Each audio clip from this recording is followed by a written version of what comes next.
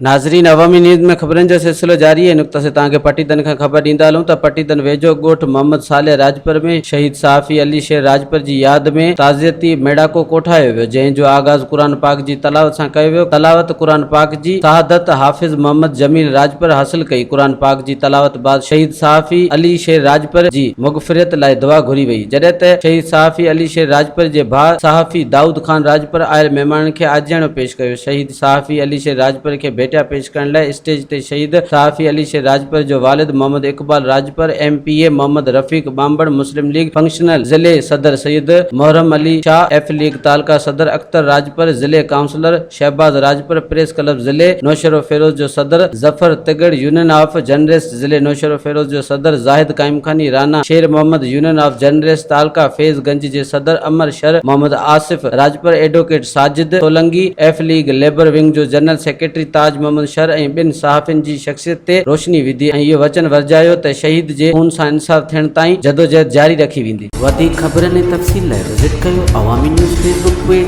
YouTube page ऐं अवामी news website.